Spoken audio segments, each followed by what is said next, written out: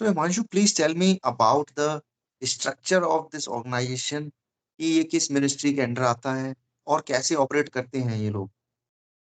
तो क्योंकि ये ऑर्गेनाइजेशन रेवेन्यू से रिलेटेड है, तो ये हम्म। मिनिस्ट्री ऑफ फाइनेंस के अंडर आता है। हम्म। मिनिस्ट्री ऑफ फाइनेंस के अंडर एक डिपार्टमेंट ऑफ रेवेन्यू है। उसके under CBIC, central board of indirect taxes and customs करके बोर्ड है, वो आता है। उसके अंडर हमारा डिपार्टमेंट जो है वर्क करता है। तो उसके अलावा ये जो डिपार्टमेंट है जीएसटी का, वो डिफरेंट डिफरेंट जोन्स में डिवाइडेड है, और हर जोन में कमिश्नरेट्स हैं अलग अलग। जैसे कि दिल्ली जोन है, तो दिल्ली जोन जो है उसके अंडर दिल्ली और हरियाणा दो स्टेट्स आते हैं। यूटी है वैसे तो दिल्ली, मतलब ये दो जगह जो है वो दिल्ली जोन के अंडर आते हैं। और उसको फर्दर डिवाइड किया गया है कमिश्नरेट्स में, Delhi south, Delhi east, Delhi west, Delhi north, इसी तरीके से हरियाणा में पंचकुला। और उन कमिश्नरेट्स को फर्दर डिवाइड किया जाता है डिवीजन में। तो ये जो कमिश्नरेट्स होते हैं उनको एक कमिश्नर लेवल के ऑफिसर जो कमिश्नर होते हैं वो हेड करते हैं। और उसके बाद जो फर्दर कमिश्नरेट्स का जो डिवीजन होता है, उनको फर्दर स्मॉलर एरियाज में डिवाइड किया जाता है, जिनको डिवीजन बोलते हैं। और डिवीजन के हेड जो है वो एसी, असिस्टेंट कमिश्नर या डिप्टी कमिश्नर लेवल के ऑफिसर्स होते हैं। और जो डिविजन्स होते हैं उनको फर्दर छोटे एरियाज में डिवाइड किया जाता है, जिनको रेंजेस कहते हैं। उन रेंजेस के जो हेड होते हैं उनको सुपरिटेंडेंट्स हेड करते हैं।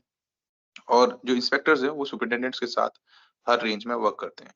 तो अमूमन एक रेंज में एक ऑफिसर जो है सुपरिटेंडेंट होते हैं, एक इंस्पेक्टर होते हैं, और वो वेरी भी कर सकता है, बट ऐसा अमूमन देखा जाता है। तो इसी तरीके से ये स्ट्रक्चर है इस ऑर्गेनाइजेशन का। तो इसकी जो स्ट्रेंथ है लगभग इंडिया के अंदर कितने पर्सनल्स वर्क करते हैं। तो मतलब मैं आपको बताना चाहूंगा कि वर्कलोड, जैसे कि लोग बोलते हैं कि गवर्नमेंट में सेक्टर में वर्कलोड बहुत कम है, तो आपको शायद इस बात से अंदाजा लग जाए कि करीब 1.25 करोड़ टैक्स पेयर्स हैं इंडिया में। और उनके लिए हार्डली 1 लाख इंस्पेक्टर सुपरिटेंडेंट्स मिला के ऑफिसर्स जो वर्क कर रहे हैं। और जो आईआरएस या ग्रुप ए के ऑफिसर्स हैं वो तो मुश्किल से 5-6 हजार या 8 हजार होंगे।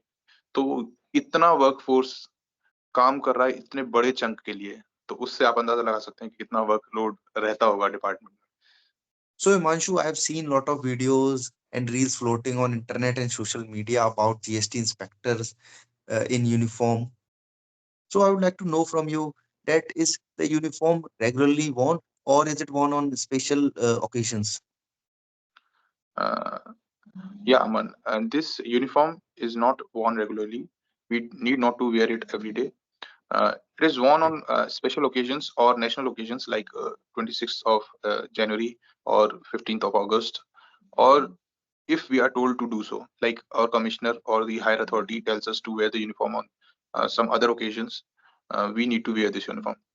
And about the reels which are circulating on the social media, I would like to tell that I would like to specifically tell the aspirants who are aspiring to become GST inspector. The job is a great opportunity to serve the nation, but it is not as fancy as it is seen on the reels. Okay. Reels are just to attract you towards them and increasing the views and all these stuff. You will be an officer under the government of India and you will be serving the nation. You'll be doing your job as any other job in any other department of government of India. This is what I want to tell.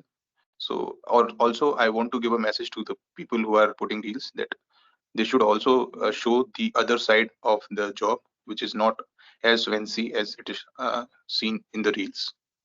Okay, that would make a lot of things clear to us. तो हिमांशु, मैं आपसे जानना चाहूंगा कि जो candidates इस exam के लिए प्रिपेयर कर रहे हैं तो उनको लगभग कितना मतलब इस प्रोसेस में टाइम एवरेज लगना चाहिए या एक एक एवरेज कैंडिडेट जो इसके लिए प्रिपेयर कर रहा है उसको कितना टाइम लगता है और क्या-क्या चैलेंजेस आपको फेस करने पड़े आपकी प्रिपरेशन के दौरान? तो इस आप व्यूअर्स को बताइए ताकि उनकी भी हेल्प हो। तो चैलेंजेस या टाइम को मैं लेकर कुछ ऐसा बताना चाहूंगा कि अ, ये जो टाइम एग्जाम के प्रोसेस में लगता है वो हर पर्सन के लिए डिफरेंट होगा। जैसे हुँ, कि कोई स्टूडेंट है जो कि ग्रेजुएशन कर रहा है या ग्रेजुएशन के हुँ, लास्ट हुँ। ईयर्स में है, कंप्लीट करने वाला है, और वो प्रिपरेशन स्टार्ट करना चाहता है फ्रॉम स्क्रैच। तो हो सकता है कि उसके लिए जो टाइम लगने वाला है वो अलग हो। और कोई स्टूडेंट है जो ऑलरेडी प्रिपेयर कर रहा है, बट वो एसएससी के लिए नहीं, डिफरेंट एग्जाम्स के लिए कर रहा है। जैसे कि मैं अपना एग्जांपल लेना चाहूँगा कि मैं एसएसबी दे रहा था, मतलब कि मैं रिटन एग्जाम्स भी क्लियर कर रहा था। और हुँ, उसकी वजह से कुछ बेस आपका या बेसिक्स क्लियर होते हैं, तो आपको टाइम थोड़ा डिफरेंट लगता है। तो आपको खुद ही डिसाइड करना पड़ेगा कि आप बिल्कुल फ्रेशर हैं या आप ऑलरेडी किसी जॉब्स के लिए तैयारी कर रहे हैं, और उसके अकॉर्डिंगली आपको टाइम लगेगा। दूसरा टाइम लगने का ये भी होता है कि कुछ स्टूडेंट्स जो है वो बहुत जल्दी से सब्जेक्ट्स को ग्रैस्प कर लेते हैं, या फिर उन सब्जेक्ट्स में अच्छे होते हैं ऑलरेडी फ्रॉम 10th 12th अपने स्कूल टाइम में। जैसे कि मैथ्स में या फिर इंग्लिश में उनको अगर कमांड अच्छी है पहले से ही, तो उनको टाइम कम लगेगा। तो ये पर्सन टू पर्सन वेरी करता है।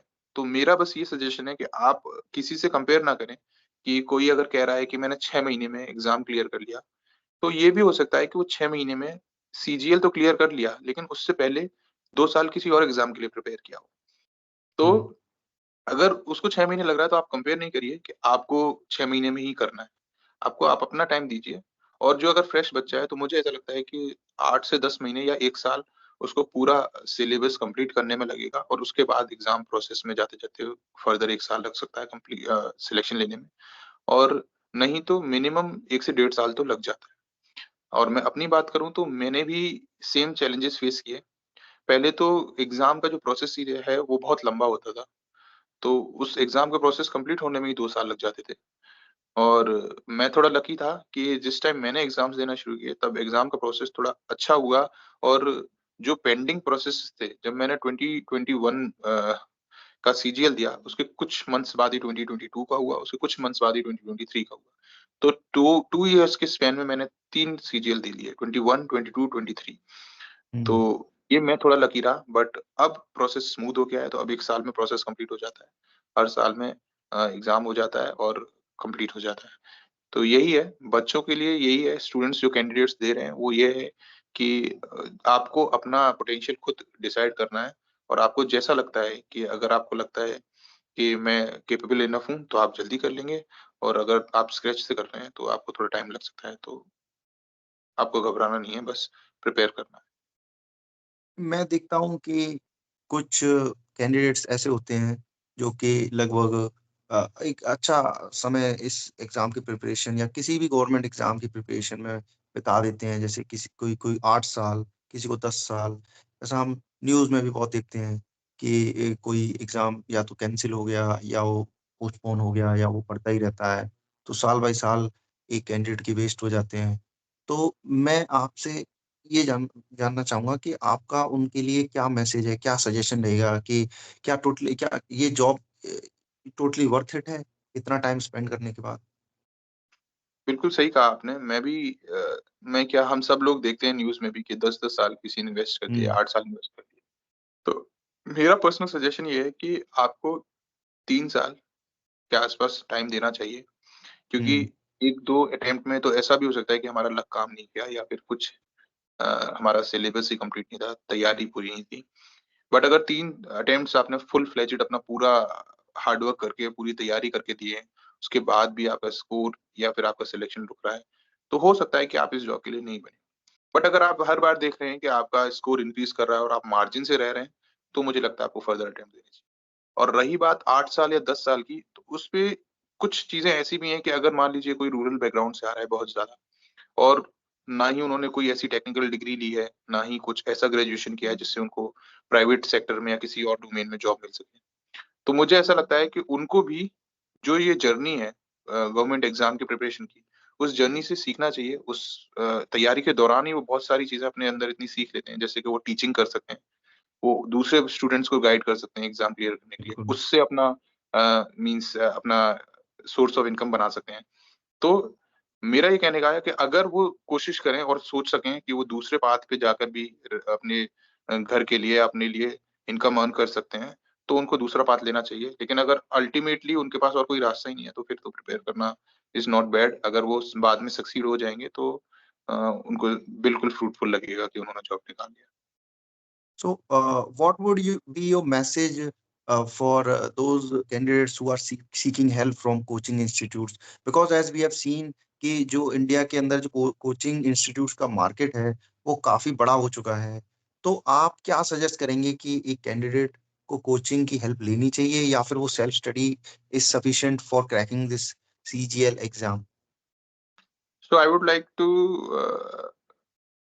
put it in a way like uh, it is definitely possible to crack the exam by preparing self. We have many sources. Not many sources means we have many teachers who have taught free on YouTube, and many other apps are giving free sources from where we can prepare for the exam and crack it. But अगर किसी को कोई student ऐसा है जो जिसका background ही ऐसा है कि उसने अभी कुछ नहीं पढ़ा है और उसको एक हेल्प की जरूरत है, एक मेंटरशिप की भी जरूरत है, तो वो कोर्स ले सकता है। कोर्स में मेरे को जो लगता है वो ये लगता है कि स्टूडेंट्स जो है वो अलग अलग कोर्सेज हर 2-3 महीने 4 महीने में चेंज करते हैं। अगर उन्होंने कोई कोर्स लिया, उनको लग रहा है टीचर नहीं पसंद आ रहा है, अब मैं चेंज कर दूँ। तो मेरा बस ये कहने का है कि आप कोर्स लेने से पहले प्रॉपर समझिए कि आप किस टीचर का कोर्स लेना चाहते हैं। उनकी क्लासेस यूट्यूब पे फ्री पड़ी रहती हैं, आप यूट्यूब पे उनके लेक्चर्स लीजिए। अगर आपको लग रहा है कि वो उस टीचर से जिससे आप लेक्चर ले रहे हैं, उनका पढ़ाया हुआ आपको समझ में आ रहा है, तो तब जाके आप उन टीचर का कोर्स लीजिए। एक बार कोर्स लेके पूरा सिलेबस कंप्लीट कीजिए और एक बार कोर्स लेने के बाद I don't think you need to purchase another course for the same subject because I already told you there are only 4 subjects in the exam और उन 4 सब्जेक्ट्स को करने के लिए अगर आपने एक बार कवर कर लिया है किसी कोर्स से भी, तो उसके बाद आप सेल्फ प्रिपेयर कर सकते हैं और एग्जाम क्रैक कर सकते हैं। Okay, I think this your suggestion will be very helpful for the aspirants who are trying to prepare for this exam. So, is there any message you would like to give to the aspirants who are continuously working hard to get into this job and cracking this exam? So I would just like to give some suggestions Hmm. like पहला तो मैं ये कहना चाहूंगा कि जो सच में इस जॉब को पाना चाहते हैं वो Hmm. कंटिन्यूअसली कंसिस्टेंटली जॉब के लिए प्रिपेयर करें। जो सबसे मेन चीज़ें जो इस एग्ज़ाम क्लियर करने की होती हैं, वो होती है कंसिस्टेंसी और डिसिप्लिन। अगर आप दोनों चीज़ें फ़ॉलो कर रहे हैं, डिसिप्लिन होकर कंसिस्टेंटली लगातार प्रिपरेशन कर रहे हैं, तो मुझे ऐसा लगता है कि आप जॉब में सक्सीड हो जाएँगे। बट अगर उसके बाद भी आपको लग रहा है कि आपने लगातार प्रिपेयर किया, पूरा अपना 100% दिया, तो ये मेरा दूसरा मैसेज या दूसरा सजेशन समझ लीजिए। वो ये है कि अगर आपने 3 साल, 4 साल अपना दे दिया और आप फुल मेहनत किए, पूरा जी-तोड़ मेहनत कर रहे हैं और आप के मार्क्स या तो उतने ही स्टक हो जा रहे हैं जितने हर बार आते हैं या इम्प्रूवमेंट है वो बहुत मिनिमल इम्प्रूवमेंट है। तो मेरा ये सजेशन रहेगा कि आप इससे हताश ना होकर कुछ और अपनी लाइफ़ का गोल देखिए। ज़रूरी नहीं होता है कि हम हमेशा जो बनना चाहें वही बनें। जैसे कि अ, हमारे भारत के राष्ट्रपति डॉक्टर अब्दुल कलाम, वो भी आर्म्ड फोर्सेस जॉइन करना चाहते थे और Hmm. वो वहाँ पर नहीं सक्सीड हो पाए। लेकिन आगे चलकर वो हमारे देश के प्रेसिडेंट बने और प्रेसिडेंट तो आपको पता ही है कि वो Hmm. चीफ कमांडर होता है सारे आर्म्ड फोर्सेस का। Yes, तो yes. तो यही है, मैं ये कहना चाहता हूँ कि ज़रूरी नहीं है कि आप जिस राह पे चलना चाह रहे हैं, उसी राह पर आप चलते चले जाएँ। हो सकता है कि ज़िंदगी आपको किसी और तरफ ले जाना चाह रही हो। तो आप एग्ज़ाम के लिए पूरी मेहनत करें, बट अगर नहीं आपको लग रहा है 2-3 साल, 4 साल देकर आपको लग रहा है आप स्टक कर रहे हैं, तो आप अपना दूसरा पाथ देखें।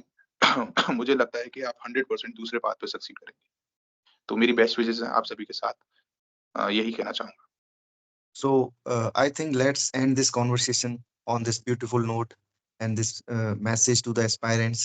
And I hope that they will definitely take great motivation from this video and strive towards excellence. And thank you, Himanshu, for giving us your time from your busy schedule.